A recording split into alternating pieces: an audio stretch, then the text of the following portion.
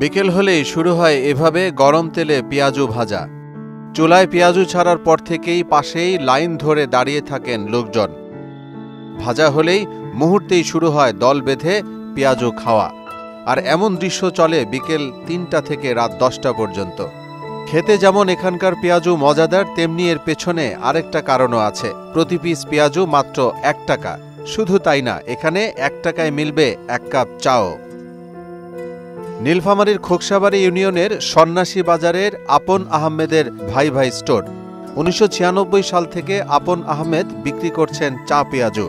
তখন যেমন দাম ছিল ১ টাকা, ২৯ বছর পর আজও ১ টাকাতেই বিক্রি করছেন চা পেঁয়াজু।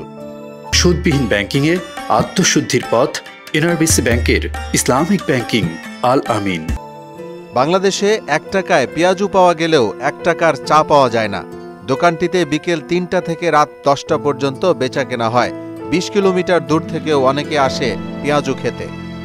বাংলাদেশে কোথাও মনে হয় যে ১ টাকার চা আছে এটা আমার জানা নেই, তবে ১ টাকার বড়া অনেক জায়গায় আছে, কিন্তু ওনার বড়ার দাম আসলে ১ টাকা না, ওনার বড়ার দাম আছে ৮৪ পয়সা অলমোস্ট।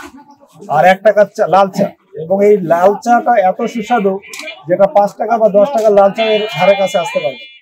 এখানে যেমন দামও কম, ওইরকম খাওয়ার মানটা অনেক ভালো, অনেক সুস্বাদু, অনেক দূর দূর থেকে এখানে মানুষ আসে।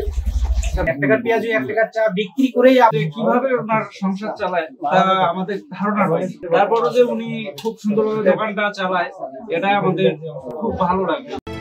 এই দোকান থেকে আয় করে ৫ জনের সংসার চালাচ্ছেন আপন আহমেদ। শুক্রবার বাদে প্রতিদিন ৬ থেকে ৭ হাজার টাকা বিক্রি হয়, তাতে আয় হয় ৬ থেকে ৭০০ টাকা। ১ টাকার চা পেঁয়াজু বিক্রি করে আপন আহমেদ পেয়েছেন পুরস্কারও। বাংলাদেশ ভোক্তা অধিকার থেকে ২০২৩ সালের শ্রেষ্ঠ খাদ্য ব্যবসায়ী হিসেবে ৬৪টি জেলার মধ্যে প্রথম স্থান অধিকার করেন তিনি। কৃষি মন্ত্রণালয় থেকে মাসে মাসে ৩,০০০ করে সম্মানী পান। ইত্যাদি থেকেও পেয়েছেন অ্যাওয়ার্ড, পেয়েছেন বিভিন্ন ক্লাব থেকে পুরস্কারও। আল্লাহ যদি আমাকে শরীর সুস্থ রাখে আমি চালিয়ে যাব। হিসাব দেখা যাচ্ছে বর্তমান বাজার হিসাবে পোষায় না। মোহাম্মদ ওয়ালিউল্লাহ, মোহনা ডিজিটাল।